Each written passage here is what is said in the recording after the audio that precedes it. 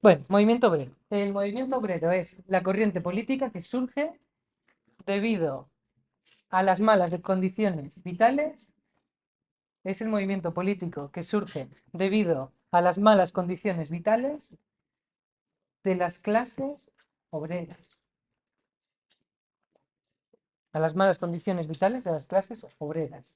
Y ahora, cuando yo digo clases obreras, significa muchas cosas. ¿Quién es un obrero?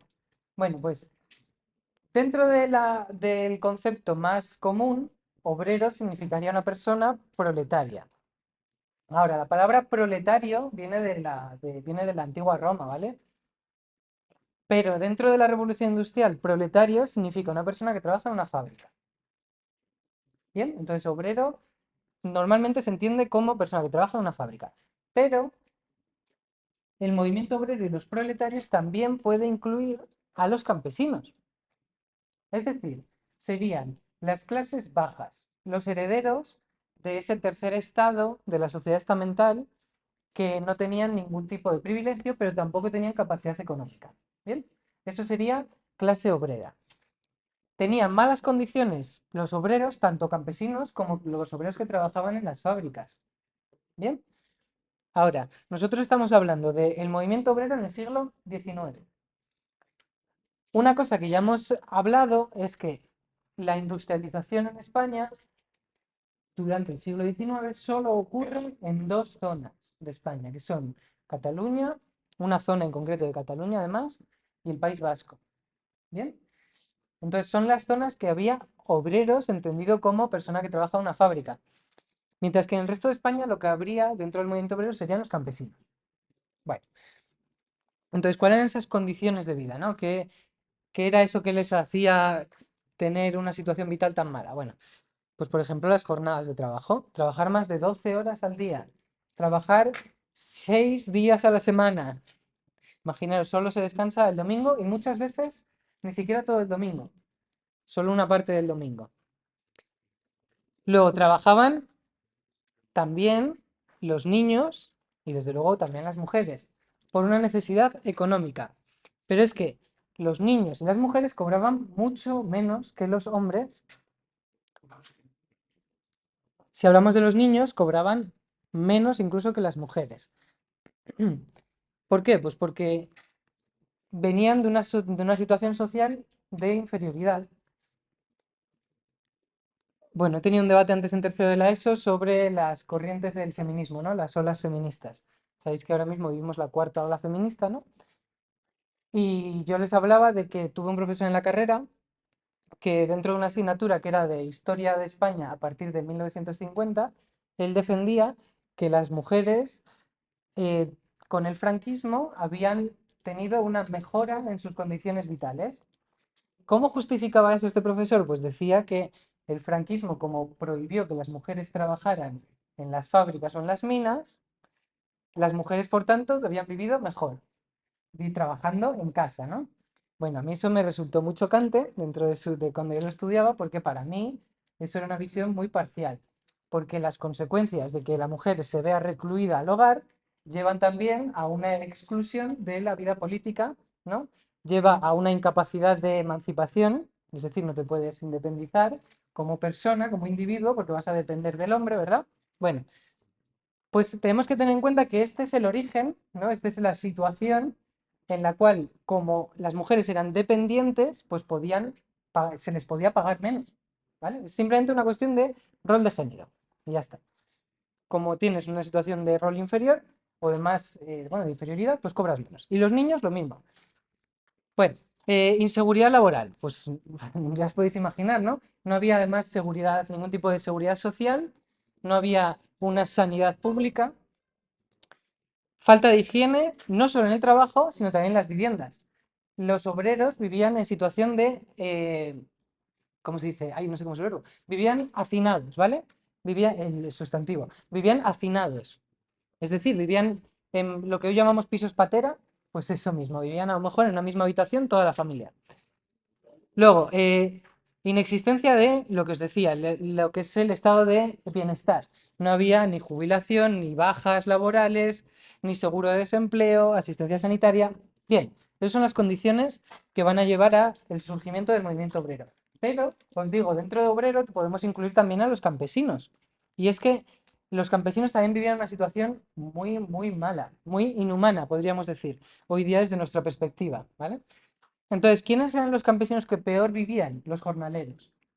¿Quién es un jornalero? Bueno, pues una persona que trabaja por jornal, por jornada. Es decir, te pagan por trabajar por los días que has trabajado. Trabajas un día, te pagan un sueldo. Trabajas 2 días, 2 sueldos, ¿no? Entonces es gente que ¿cuándo trabaja? Pues cuando es la temporada de cosecha, solo. ¿Qué pasa con los otros 9 meses al año? Pues que no trabajas.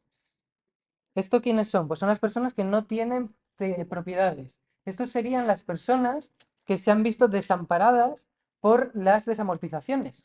Es la gente que ha perdido el acceso a la tierra. Son los que, como no tienen propiedades de tierra, se ven en las peores condiciones posibles, que es que dependen de que haya un latifundista que les contrate. Bueno, entonces, salarios de hambre. Hay muchísima literatura, hay cine que refleja las situaciones de los jornaleros. En Andalucía, sobre todo, había muchos jornaleros. Es terrible, ¿vale? Es gente que pasaba hambre todo el año, que a lo mejor, bueno, pues, no sé. Ya hablaremos más adelante en literatura, imagino que habréis hablado de poesía social, ¿no? Las nanas de la cebolla, este tipo de cosas. No estoy diciendo nada que sea nuevo para vosotros, ¿verdad? ¿Lo conocéis? Bueno, ya hablaremos más de ello.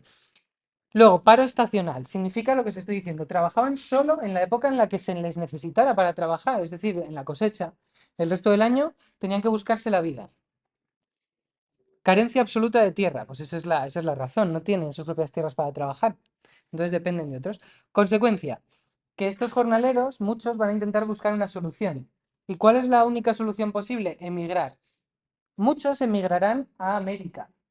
Por eso en Argentina a los españoles le llaman gallegos, ¿no? Pues porque hubo muchos gallegos que se fueron a emigrar a Argentina, a otras zonas, a Cuba, también se emigró mucho. La gente más pobre que a lo mejor estaban ahorrando años para poderse comprar el ticket del ferry que les llevara al otro lado del Atlántico. Pero también se podía emigrar a las ciudades que podían tener fábricas. ¿Y dónde era? Y pues en el País Vasco y en Cataluña. Qué casualidad, ¿no? Que en Cataluña y en el País Vasco tengan insultos referidos para la gente que proviene de otros lugares, ¿no? El maqueto, este tipo de insultos de es que tú no eres vasco, es que tú no eres catalán, ¿no? ¿Por qué? Porque son gente que tuvo que emigrar porque no tenían trabajo en Andalucía, no tenían trabajo en Castilla-La Mancha, donde fuera, y se iban a Cataluña y País Vasco porque había fábricas y allí podían encontrar trabajo. Bueno, hablaremos de las consecuencias en el nacionalismo, ¿no? El nacionalismo vasco, el nacionalismo catalán estará muy identificado con rechazar a esa gente que está llegando a Cataluña del País Vasco. Gente necesitada, gente pobre. Bueno, pero otros, los que se van a quedar, que es que imaginaros, es una situación desesperada, ¿vale? Desesperada. Bueno, pues en esa desesperación buscarán la solución en la violencia, ocupación violenta de tierras. Es decir, hacer las cosas de forma ilegal. O lanzarse al bandolerismo, a robar. Bueno, lo que os decía antes, ¿vale? Intentad apuntar en qué punto estamos. Ahora pasamos al 2. Primeras actuaciones del movimiento. Eso eran las condiciones. Ahora primeras actuaciones. Bueno, hasta 1868 el movimiento obrero solo ocurrió en Cataluña. Razón, ¿qué ocurrió en el 68? Pues la revolución, ¿no? La revolución del sexenio democrático, la revolución gloriosa. ¿En qué consistieron esas actuaciones obreras en Cataluña antes del 68? Pues lo normal, las herramientas que tenían los obreros. Manifestarse, manifestarse, a veces la huelga, podía ser, ¿no? No trabajar en forma de protesta. Y esas manifestaciones, pues a veces serán violentas. Eso es lo que se llama el ludismo, ser ludita. Identificar a la máquina como tu enemigo. Entonces, como la máquina te somete y es para la que trabajas, pues la destruyes, como una forma de protesta. Pero también empezarán a crear mutualidades obreras. ¿Y eso qué es? Bueno, pues una mutualidad es una asociación al estilo de los gremios en la cual se unen los trabajadores para apoyarse mutuamente. ¿En qué? Pues porque si tú enfermabas o tenías un accidente laboral y no podías trabajar, no cobrabas. Entonces, lo que ocurría era que si tú formabas parte de la mutualidad, otras personas te iban a dar algo de dinero para que al menos tuvieras algo de ingresos. Es una forma de ayudarse mutuamente. ¿Esto a qué suena? Pues a sindicatos, ¿no? De aquí viene el sindicato obrero. Los sindicatos, si yo estoy sindicado, por ejemplo, y yo pago mi cuota de afiliado para mantener económicamente el sindicato, porque el sindicato trabaja por mis derechos como obrero, como trabajador. ¿Alguna duda con esto? ¿Nada? Vale. Bien, y eso sería en las fábricas, ¿vale? Que realmente solo estaríamos hablando de Cataluña, antes del 68. Luego, los campesinos. Bueno, pues las agitaciones, esas revueltas campesinas ocurren sobre todo en Andalucía, que ya es que es donde os digo que había más jornaleros, era donde la situación era más desesperada.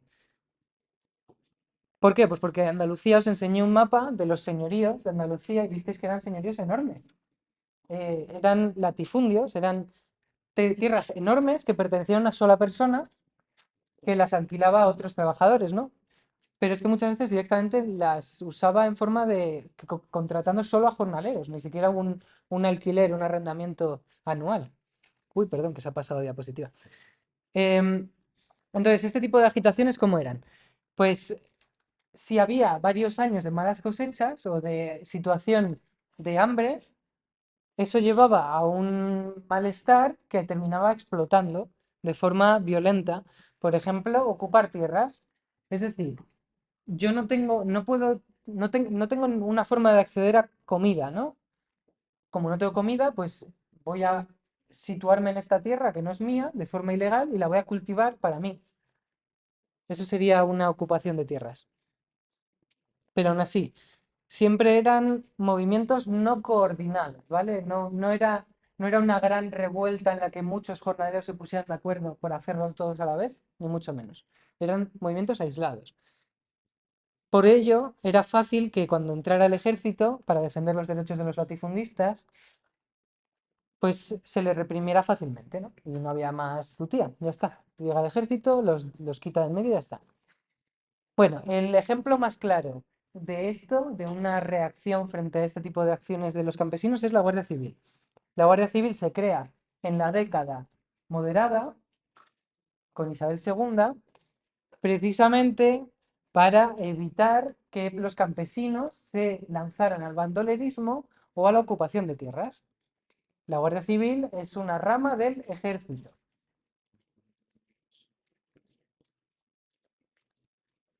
La Guardia Civil fue muy eficiente y a mí me recuerda a las hermandades de Isabel II.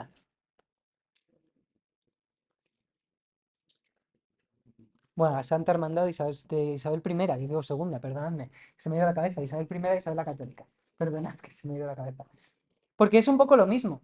Recordad que Isabel la Católica, para Castilla, debido a que venían de una tradición, de una inercia de revueltas campesinas, hizo una especie de policía que acabara con los desequilibrios del campesino, ¿no? El bandolerismo y demás.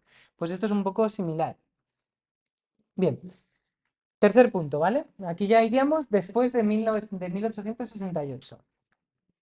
Asociación Internacional de Trabajadores, la AIT. Bueno, fuera de España, fuera de España, no hace falta que os sepáis el año, ni mucho menos, en el 64 se funda la primera Asociación Internacional Obrera o Asociación Internacional de los Trabajadores.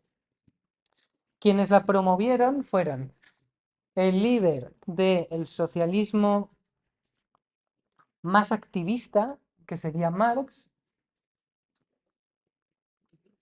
y uno de los líderes del anarquismo más populares, que era Bakunin. Entonces Marx a la derecha y Bakunin a la izquierda unen esfuerzos para crear una asociación que les uniera en la lucha por los derechos de los trabajadores, ¿vale? Es una forma de coordinar esfuerzos, de que la unidad hace la fuerza, ¿no? Bueno, ellos identifican como el enemigo el capitalismo. Bueno, entonces Marx, representante del socialismo activista, el socialismo, bueno, le llaman socialismo científico, y Bakunin como anarquismo. Bueno, ¿qué tal lleváis lo de entender qué es el anarquismo, qué es el socialismo? ¿Esto bien? ¿Alguien se anima a contar un poco qué es el anarquismo, por ejemplo? ¿Cuáles son las ideas básicas del anarquismo? Venga, hombre. Me habéis dicho que sí, alguno de vosotros. Seguro que tenéis ciertas ideas. Venga.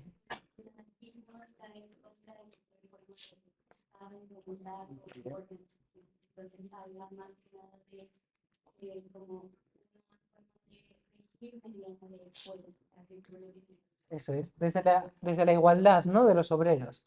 El anarquismo se revela frente a las instituciones de poder. Instituciones que, ¿cuáles son esas instituciones de poder? Pues son la Iglesia, el Estado, la corona, la policía. Ellos quieren eliminar esas instituciones que generan desigualdad porque lo que ellos entienden es que someten a los trabajadores. Les ponen en una situación de inferioridad y les obligan a trabajar para los que tienen el poder, que quiénes son, pues esos que ya hablábamos que promovían el Estado liberal, ¿no? Esa minoría adinerada, que son burgueses, que son nobles, familias aristocráticas, que defienden el Estado liberal porque defienden sus derechos, durante el reinado de Isabel II, sobre todo. Bueno, eso sería el anarquismo. Luego, dentro del anarquismo hay muchas corrientes, ¿vale? Es una filosofía muy grande y hay muchas corrientes dentro del anarquismo. Está el anarcosindicalismo.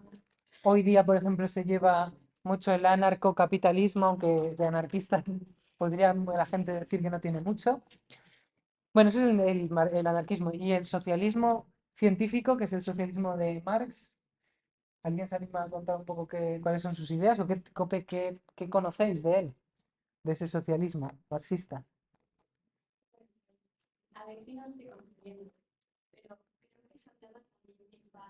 Sí, muy bien.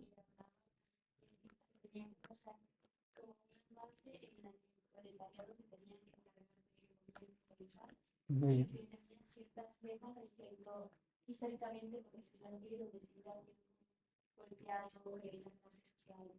Muy bien.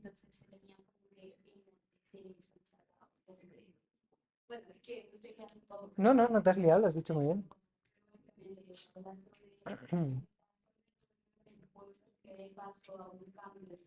Sí, eso es. Él utiliza la historia como una herramienta de construcción de una propuesta política. Él habla de que el motor de la historia es, ¿recuerdas cuál es el motor de la historia? La lucha de clases, ¿vale? La lucha de clases es el motor de la historia, es lo que mueve los cambios sociales. Por ejemplo, en el Imperio Romano, la lucha de clases consistiría en la lucha entre los esclavos, que son la clase que está forzada a trabajar, y los ciudadanos romanos, que serían los que les obligan a trabajar para ellos, ¿no?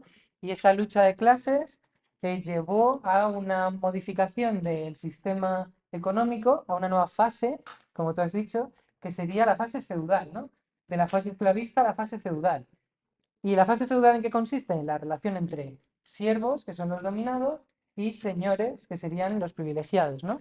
Entonces, esa lucha de clases entre siervos y señores, ¿a qué llevó? Pues a la Revolución Francesa. Y con la Revolución Francesa ocurre el paso a una nueva fase histórica que sería la fase capitalista, en la cual Marx vivía y él criticaba. Y decía que la nueva lucha de clases consistía en la lucha entre los proletarios, los trabajadores, y los empresarios o burgueses, que serían los que les obligan a trabajar para ellos, ¿no? Y esa lucha, esa oposición, porque él lo entendía como una lucha, lo que tendría que llevar es a lo que él quería que ocurriera, que es la revolución obrera, ¿no? La revolución socialista, que acabaría, según él, en una dictadura del proletariado, es decir, el proletariado coge el poder y según él, según teorizaba, esa dictadura del proletariado sería para construir una nueva sociedad socialista en la cual no hubiera burgueses, sino que, ¿qué ocurre? Que los medios de producción, es decir, las fábricas, pertenecen a los obreros. Bueno, ¿habéis entendido más o menos lo que he estado contando? Espero que sí, creo que lo he explicado sencillo. Si no lo entendéis, me podéis decir ahora, es el momento. Tim, ¿del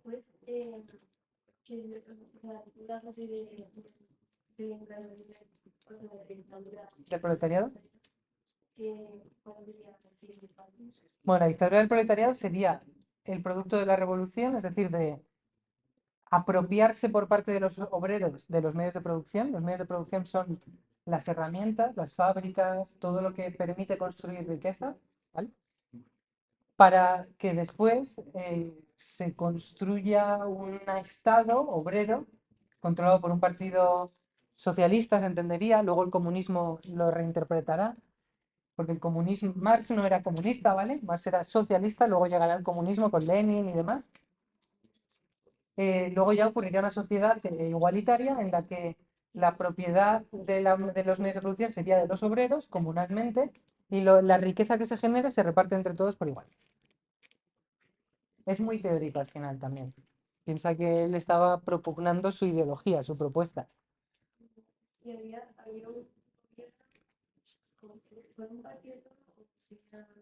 En teoría no habría necesidad de partidos porque todos los obreros trabajarían juntos.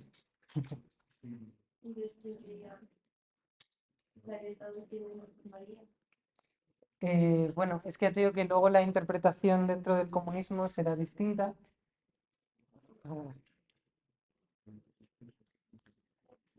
A ese tampoco te quiero dar una visión muy parcial, porque igual que en el anarquismo hay muchos planteamientos, luego en cómo se ejecuta también hay diferentes propuestas y ha cambiado durante la historia. Pero la idea es un poco ingenua, ¿vale? Tienes que plantearte que a finales del siglo XIX esto es una nueva forma de planteamiento político y sí, es muy ingenuo pensar en que va a haber un bien, ¿no? Y todo el mundo va a estar a favor de ese bien común y por tanto no va a haber gente corrupta. Sería un poco la respuesta que te puedo dar. Vale, entonces es unir esfuerzos. Lo que pasa es que los anarquistas y los marxistas no estaban de acuerdo al 100%. Entonces habría que matizar las diferencias entre anarquistas y marxistas. Los anarquistas, por ejemplo, quieren abolir el Estado, mientras que los marxistas quieren conquistar el Estado. Eso implica que no hay que eliminarlo. Luego, por ejemplo, los anarquistas creen que no hay que hacer partidos obreros, sino que si acaso habrá que hacer sindicatos, mientras que los marxistas sí que creen que hay que hacer partidos que participen dentro de la política, que se presenten a las elecciones. Es decir, que exista un partido político anarquista es un sinsentido, porque no creen en el Estado, ¿no? No deberían de estar a favor de eso. Conocéis la CUP de Cataluña, ¿no? ¿No os suena? La CUP de Cataluña es un partido que tiene bastantes votos en Cataluña, que es un partido anarquista, y uno de sus principales problemas internos es que son anarquistas, pero se presentan a las elecciones. Bueno, sería una visión dentro del anarquismo, pero no es la normal. Bueno, una matización. Es que los marxistas, eso sí, cuando participan en la política, ellos tienen muy claro que para ellos el sistema está sometido a los burgueses, ¿vale? Ellos dicen, este es un sistema burgués. Y no tenían falta de razón. Es que es cierto, el Estado al final se había construido para defender los intereses de los ricos, ¿no? Alicia, ¿me ayudarías a pasar lista, por favor?